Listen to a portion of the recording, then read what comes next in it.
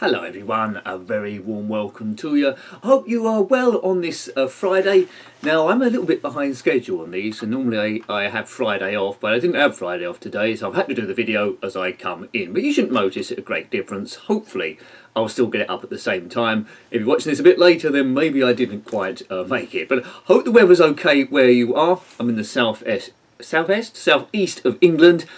In Essex, and the snow was a bit bad but seems to be melting a little bit now, but it's still rather cold, hence I'm indoors and I'm still wearing I'm wearing a coat and a jumper just to keep warm. It isn't super cold, but I'm indoors at least, but it's probably because I'm a little bit soft. So there we go. So ice is melting. I know some of you have had snow quite bad and a few of you haven't had any snow at all. Some of you in the USA or Australia might have had none, but let me know about that. How is it where you are?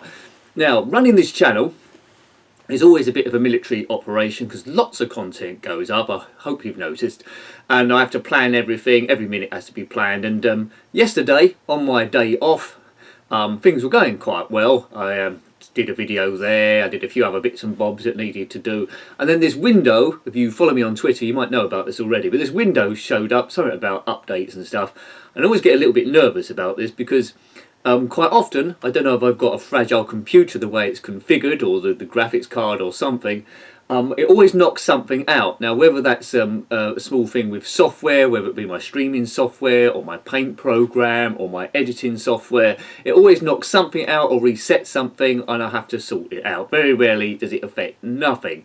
Now this time was a bit of a biggie. I thought, right, I was scheduled to do the blundering stream, which didn't happen in the end, which you'll find out why. I was set to do this week 2 the Brutal Football Splundering series, but it said, on this update, it said schedule an update this evening, or what have you, and it was about, well, I think it was in the morning this, and I thought, right, okay, I'll get it out the way now and hope for the best. Well, you know where this is going. As soon as the update had done its stuff, it took, I don't know, about 2 or 3 minutes I think, then my computer wouldn't boot at all, and I'm thinking, right, okay, I'm trying to run a YouTube channel here, a busy YouTube channel where I'm always over ambitious with the amount of stuff I need to do. Quite often there might be one of the things I can't do because I plan too much and now I haven't got a computer. So it was booting to a point, and then we sort of like got blue screens. It was going around in a circle, and it kept asking me, do I want to do auto repair? That was the conclusion there, which I didn't want to do because I didn't know if it'll delete stuff I'd previously done that day or it'd create any further problems. So I've been in this position before, so I know don't panic, don't let it defeat you. But I did sort it out in the end, but essentially it took all day.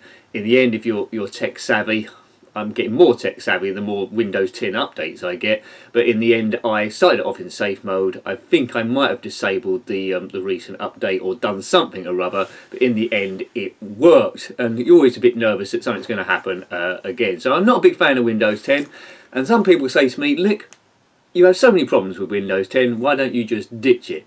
Well, I'd like to do that, but I've got so many apps and software depending on it now, and the character of the channel, I can't afford to ditch it all, so maybe I need another computer, Apple or Linux or whatever it's called, and gradually ease it off, because it'd be too much of an undertaking just to do like that. But anyway, who knows, Windows 11 might come around soon enough, and that'll be perfect.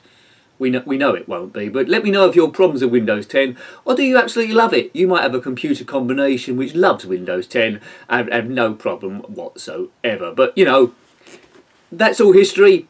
I'm sort of like up to date, but apologies if you expected a blundering series on the Thursday. Hopefully we're back level next week. But we still had 2 great streams of you there, the ZX Spectrum and a Commodore Amiga one. I know there's a growing community in there, so thank you if you joined us in one of those. And I know a few people can't always see those ones, and they tell me that they watch it afterwards and comment. So thank you. It's quite a friendly atmosphere in there. I'd like to do more if I could do. Always trying to push to do more. There's always that question mark about doing the Sunday one. For the last few weeks I've been wanting to do a Sunday one for about 3 or 4 hours. I've been running out of time. This Sunday's another touch and go, but you know, if I can do it, I can do it. But it's all a balancing act because I have to work as well. So yeah, and also as well, just a bit of a summary on the channel. What videos have I liked? What have I not liked? There tend to be about 6 gaming videos up each week. I do try to see the good in each game, because it's all a bit of fun really. The gaming, although it's important, it's a bit of a secondary thing. We're trying to ease stress. But the games I like the most, you might have different ones, was Thrust on the ZX Spectrum, quite a inertia game. Very, very tricky, and I was out of control a lot of the time. Also tried it on the live stream as well, and I've sort of like got the hang of it. No, I didn't. I was all over the place. So have a look at that one if you haven't already. And another top classic on the Atari 2600, which that system seems to get the least love of the stuff that I do. But anyway, it's Defender 2 from the arcades, and we all know Defender. Fantastic sounds on this one. It fires brown lasers, but that doesn't matter because it's of an era which things were, retro goodness. A couple of games could have been a bit better as well. ZX Spectrum, Indiana Jones. This is a homebrew, Indiana Jones and the Fountain of Everlasting Life. Game started off brilliant. It's created by AGD, by Jonathan Caldwell. That's arcade game designer. First two screens absolutely brilliant, but then the game ended and you got a slight impression that it wasn't finished. So that disappointed me a little bit, but apart from that, the game looked brilliant. And Target Renegade on the Commodore 64. Graphically, it's good. Collision detection wasn't brilliant though, and it didn't play very well as a consequence. I got a bit of fun out of it, but the ZX Spectrum version plays a lot more fun. Someone commented it'd be great if there was a version with the Commodore 64 graphics and the ZX Spectrum gameplay. Well, yeah, thumbs up for that. I can see that would have been something advantageous. Excellent. Now, I've recently, I said, because of the super chats that are coming in and the members, you really are keeping the channel going, which will come to memberships in a bit. I'd like to tell you where a lot of the money goes from if I can do. I'll put up a prop somewhere, you can tell I'm looking for it, can't you? But we bought a second monitor, so that's fine. That's helped with the streams, looking at everything. My joystick is broken, so I've recently got a replacement. This is a Competition Pro joystick there. Haven't tested it yet, but all the buttons are there, so we should be okay. Nice bit of clicking there. Yeah, so this joystick makes games like, well, it'll make the games like the Brutal Football more easier. Kickoff 2 suddenly becomes playable, as does Sensible World of Soccer. We ever do some of those in the streaming there. So there we go. I was substituting playing it with a PlayStation controller wireless, but every so often it would cut out. I don't know, it didn't used to be like that. I don't know if that is not a Williams update, a Windows update or something like that. But this is more reliable. It has been beforehand, so hopefully this solves the issue. So thank you. There's a joystick in there. I'm gradually, if you're trying to work out what my next project is, I'm saving up to replace this camera, although it's not too bad. You might see it's a little bit pixely every now and again. It's 3.2 megapixels. I think it might be worse than my phone, so why don't I just record it with my iPad rather than my iPad. But anyway, 3.2 megapixels. I think other cameras which top YouTubers use, which I've been looking at as well, it's like 25 megapixels and stuff. It just lets more light into the lens. Although this is in 720p, I could do it in 1080p, but I don't think the camera's that good at capturing it. It's a little bit more crisp, lets more light in it, and it's all a bit more brighter, and you can play a bit with more things and pieces. So, you know, although this is sort of acceptable, I want it as professional as possible. So that's the next project, but cameras are expensive. We'll gradually get there slowly, but in the meantime, this is pretty much okay. It's the camera I use as a webcam on the streams, and when we could go out for walks back in the day, if you remember that far back, I took it with me as well. Good. So what else do I want to talk to you about? The shout outs will come in a minute. I think there's about 3 of you that wanted shout outs for various bits and bobs you're doing, and that's always a privilege of the members if you're on the second tier and above, but all the tiers are great, that help me going. So I'm just going to end you with a bit of news here before I come to those shout outs there. Plastic pollution. You know all about that, don't you? The seas filling up with plastic, turtles choking on the plastic, plastic being prevalent in fish that get caught deep out at sea, and it's a gradual problem because plastic doesn't biodegrade. Is that a word? Biodegrade? Something like that. Anyway, degrade possibly. And all the plastics coming from major companies, really, the pressure's on them to do something. Well, I'm glad that this news come up. Coca-Cola, a producer of a lot of plastic bottles, although they do produce glass bottles as well, they are trialling a paper bottle. Now, I know what you're thinking, like paper, that's not going to work, is it? It's going to drip through. Well, the bottle's been created by a Danish company on behalf of Coca-Cola, and essentially it's a strong paper shell, but it does have a very thin plastic line inside, so it doesn't get rid of the plastic completely, but it does get rid of it to a percentage. Coca-Cola's is a prototype, so Coca-Cola's idea is if this is successful, they want zero plastic waste by 2030, which is only like 9 years away, so that would be good. Then hopefully we can scoop all the plastic out the seas, that'll help also. So if this is successful, then you know, all other fizzy drinks companies are probably going to follow suit. So you might not have heard of that story. There's a lot of doom and gloom in the world, pollution, climate change, but you know, when you've got a major company like Coca-Cola look like they're trying to do something to fix it, then great. Hopefully not too late, but it's a move in the right direction. So hooray, hooray, hooray. The newspapers like to report doom and gloom all the time, but there is a lot of good stuff that's happening as well. So sometimes you might think it's the end of the world, but you know, there's good stuff going on too. So thank you. I hope you've had a good week. I hope you are enjoying the channel. I hope it comes across. All the videos are free. You don't necessarily become a member, but it does help me if you don't want to. But if you can subscribe if you're liking the channel, that would be a benefit also. And I think most of the time success on channel is all about the watch time, how many videos people are watching, how much are they watching, and it all adds together in terms of minutes. And that's not something you can particularly display on YouTube. They just show subscribers, and that's about it really. But just because a channel's got hundreds of thousands of subs doesn't necessarily mean they're doing that well. So it's a complicated scenario. It could be an indication, generally it's an indication they're doing okay, but it's not the whole story. So thank you. So we'll come to the shout outs now. Always appreciated if you can support me. The members been steadily growing, gives you access to the members section. The money gets back invested to keeping the strong broadband, so we get the quality of the live streams, and also equipment as well to keep this thing on the road, because it is a very competitive marketplace. So big thank you this time round go to Jason Smith, thank you. Squidworth, thank you sir. I speak to a lot of you on Twitter as well. Sometimes we speak more on Twitter than we do on YouTube, so thank you much for that. I'm quite active on there if you want to follow me. Jenkins7, Nick, Stuart Laycock, Natty Nicky, thank you. Claire Johnson, James O'Grady and John Roby, Jeffrey Searby, thank you fellas. Steve Norman. Okay, now this is the first of the shout outs. I shouted this out last week for Steve, but if you haven't had a chance, do visit this site. I've read a few things on it. It's absolutely excellent.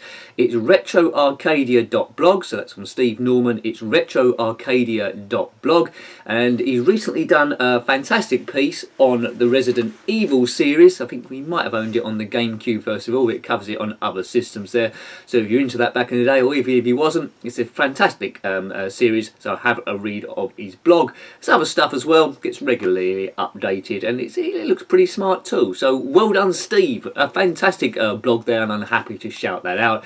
If anyone else on the second tier wants me to shout out anything for you, don't forget it is a perk if you want it, and equally if you don't want me to shout your name for some reason, just let me know and I'll get you off the list. But I do like to give you your congratulations and thanks, so thank you there. Then we've got Lemmy Barnett, thank you there sir. Steve Q, big supporter of the channel with the Ko-Fi, so thank you Steve. Phil Hill, Rossi Bossy. Now Rossi Bossy, I've hinted this a few weeks as well. He's got his own website, it's done nifty lifty too, but he's got this massive game that's been in development called Super 3D Pixel Grand Prix, which I've done some of the voice work so far for. I think I might be doing some more bits and pieces as is needed, but that's it's an indie game. It needs money to actually get into a full release, I think. There is going to be a Kickstarter for that game starting on the 19th of February, so look out for that. It might very well be next week that I shout out a proper link for that. But Super 3D Pixel Grand Prix. Now, if you're unfamiliar with that game so far, I do retweet a lot of Rossi's stuff, which got gameplay and development, what he's doing. It's extremely interesting to see in the hurdles he's going over to actually produce this game, and it's looking kind of special. It's like yeah, it's very retro feel to it. It's Formula 1 in style. There's a number of different teams. There's a team named after me.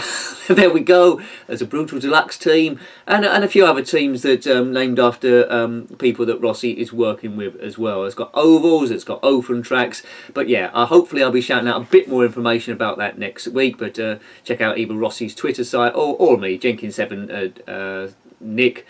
almost forgot what my own Twitter thing was called then, and I'll retweet bits and pieces. But a real exciting project. Where were we now? I don't want to miss anyone out. Okay, thank you as well. Huge thanks to Chono Baggy, very active on Twitter and the live streams as well. Jason Holmes and good old Andrew Gibson. Thank you, fellas. And on the upper tier, there's 5 of you. So, you know, massive thanks for this. You're going above and beyond. It'd be awesome if this can go full time again. But, you know, I keep planning what I can do, and I keep running out of time with stuff I needed to do as well. But I've got loads of ideas. Keep pushing them. It's just keeping the energy up to keep going, which it will do. It will do.